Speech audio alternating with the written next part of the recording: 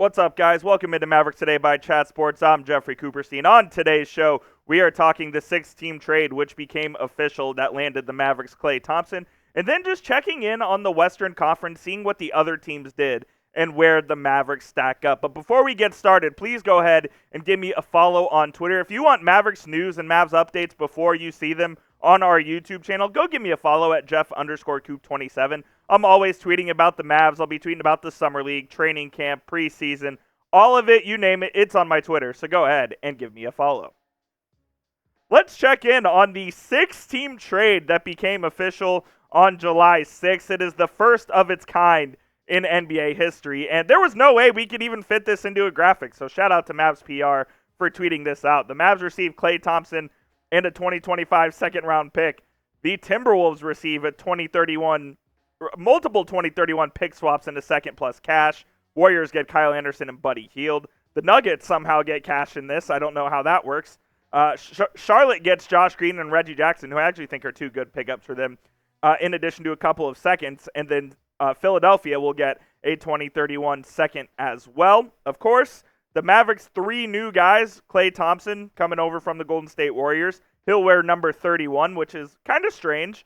Jason Terry, the last guy to wear 31 for the Mavs. I thought that number would get retired eventually, but if there's one person to wear number 31, I think it's the future Hall of Famer in Klay Thompson. Naji Marshall, the other newest Maverick as well. He'll wear number 13 after signing a 3-year, $27 million contract with the Mavs coming over from the Pelicans. And then Quentin Grimes will wear number 5 after coming over in the trade from the Detroit Pistons. I wanted to ask you guys a little bit of a trivia question here. That got my mind juggling a little bit. Name the last people to wear 31, 13, and 5. I already gave you 31. It's obviously the GOAT, Jason Terry, the Jet, as we call him. The Jet is on the runway. But if you can name the last people to wear 13 and 5, you're awesome. And I'll give you a shout-out on the next show. It is people that you probably don't even remember played for the Mavericks, and I'll just leave it at that.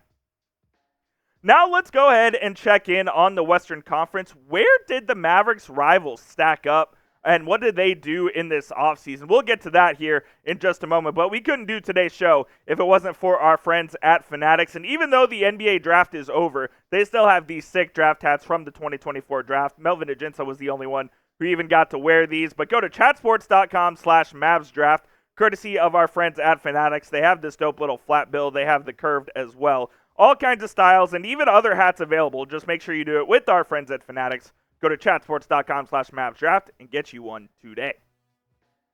Here's kind of what the Mavericks did this offseason so far. Obviously, they picked Aginsa with the 51st overall pick. They added Klay Thompson, Quentin Grimes, and Naji Marshall. They lost Derrick Jones Jr., Josh Green, and Tim Hardaway Jr. via the trade, obviously. Coming off the first trip to the NBA Finals since winning the title in 2011, first time in 13 years. I was a freshman in high school the last time they got to the Finals. So it was a really good run, and I think the Mavericks improved themselves this offseason and well-positioned themselves to go back to the Finals for the second straight season. But here are the biggest threats, I believe, to the Mavericks' Western Conference supremacy this year. You have the Oklahoma City Thunder, the Minnesota Timberwolves, and the Denver Nuggets. Out of these three teams, I believe the Western Conference representative in the NBA Finals will be one of the Mavericks, Thunder, Timberwolves, or Nuggets. That's just how I see it.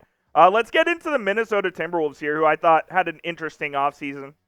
Drafted Rob Dillingham, number 8, who I think is an interesting fit for them. They really needed an explosive guard, as well as Terrence Shannon Jr., who was one of the best players in college basketball last year. They get him at the end of the first round. They added Joe Ingles, and they signed him to a decent contract from the Magic. They lose Kyle Anderson to the Warriors in that 6-team mega trade that happened, and it was their first trip last year to the Western Conference Finals since KG in 2003 and 2004. So I think the Timberwolves, who had a 56-26 record last year, they're well poised to make another deep run in the postseason. The Denver Nuggets, they traded 6 second-round picks to go get Holmes there at number 22. The second-round pick changing of hands in the NBA, by the way, is out of control. Figure it out, Adam Silver. But they added Mr. Holiday, Jay Huff as well. They brought back DeAndre Jordan, but they did lose 2 key players in Kentavious Caldwell-Pope and Reggie Jackson. Pope obviously went to the Magic on a 3-year, $66 million contract. Reggie Jackson going over to the Charlotte Hornets, and they have not missed the playoffs since the 2017-18 season. The Nuggets, I still believe, are going to be really good. I do think they might have taken a step back, and they might be the fourth out of these four teams that we're talking about right now. Here are the Oklahoma City Thunder, who have had a fascinating offseason. Got Nikola Topic with the 12th overall pick, as well as Jones and Mitchell in the draft. The addition of Isaiah Hartenstein is fascinating. I think Hartenstein is a really good fit for the Oklahoma City Thunder. However, I don't believe that contract is going to end up being a good one. 3 years and $87 million for Hartenstein. I like the player. I don't think he's worth $27+ million a year, so we'll see how that one works out. I did love the trade, though, of Josh Giddey for Alex Caruso. I think Caruso is a fantastic fit there in Oklahoma City, and I believe he'll go right into the starting lineup, and that'll kind of push Lou Dort back to the bench. Maybe even he's a trade chip before the season starts, and they also re-signed Isaiah Joe and Aaron Wiggins. Who do you guys think is the biggest threat to the Mavericks in the West this year? If I had to say right now, I think I'm going to go with the Oklahoma City Thunder. I think that team is the youngest, they're the hungriest, and they're the most complete. But let me know what you guys think down in the comments section. And while you're down there, please be sure to hit that subscribe button. We're giving you all the latest Mavericks news, rumors, analysis, informative and entertaining coverage, 100% free, so please be sure to hit that subscribe button right now. Taking a look at the rest of the West here, just guys who I think will be playoff contenders / sort of rivals for the Mavs. The Los Angeles Lakers, they picked Dalton Knecht and Bronny James, obviously. Bronny James already making headlines in the Summer League if you're watching ESPN. They also brought back D'Angelo Russell, who opted in Max Christie on a 4-year, $32 million deal. Max Christie's barely played any basketball, so I don't know how that happened. They retained Jackson Hayes and Cam Reddish as well.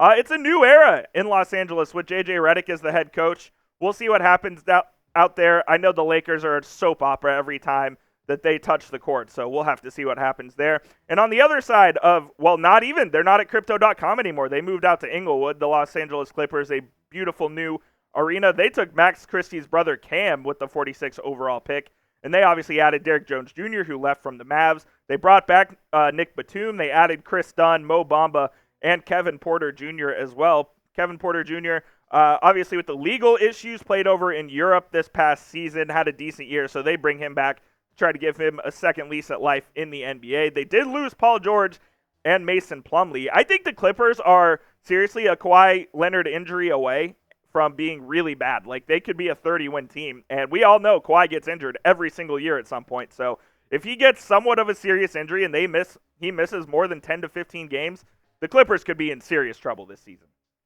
The Pelicans, they've been interesting as well. Drafted Yves Missi out of Baylor with the 21st overall pick. And just before we started filming, they signed Daniel Tice to a contract. So that's going to be their Jonas Valanciunas replacement, who they lost in free agency. They also lost Naji Marshall, as well as Larry Nance, Dyson Daniels, in the trade with DeJounte Murray and then Cody Zeller as well. Look, they don't really have like a great center. Yves Missi is good. Daniel Tice is a solid rotational big, but the loss of Valanciunas is going to be underrated. Although I do love the addition of DeJounte Murray. I think that backcourt between Murray and McCollum, as well as Zion in the front court, he may have to play some five. I think they're going to be a very explosive and athletic team this year. And then finally, the San Antonio Spurs, who are trying to be on the come-up here, and I like some of the moves they've made. Drafted Stephon Castle, the do-it-all guard out of UConn. They also got Harrison Ingram, the Dallas product of St. Mark's. He played at North Carolina last year. I think those are two good pickups. Additions, they added Chris Paul as well, and I think they're trying to build around Victor Wembanyama and Devin Vassell, two really good players there. They also got Harrison Barnes, by the way, in the DeMar DeRozan three-team trade, so that's on me. So they added Harrison Barnes and Chris Paul, two wise veterans who could kind of help move along these young bulls of Wembanyama and Vassell. I think the Spurs have a good mix of young players and veterans, and I think that the record of 22-60 will vastly improve. Will they make the playoffs? Probably not. Can they push for a play-in spot? I do think that's possible. I want to set this over-under for you guys right now. Given what the Mavericks have done this offseason, I don't think they're quite done yet. They still have to go get another point guard, maybe re-sign Morris, maybe get the Morris twins. They have at least one roster spot open, so we'll see what happens there. But as of right now, 54.5 wins for the Mavericks next year. They won 50 last year. Can they get up to 55? Type O for over or type U for under. That'll be it for today's show. Thank you guys so much for tuning in to Mavericks Today by Chat Sports. I'm Jeffrey Cooperstein. Again, go give me a follow on Twitter at Jeff_Coop27 because if any Mavericks news happens before that, you'll see it there. And be sure to hit that thumbs up icon as well. Let's go, Mavs.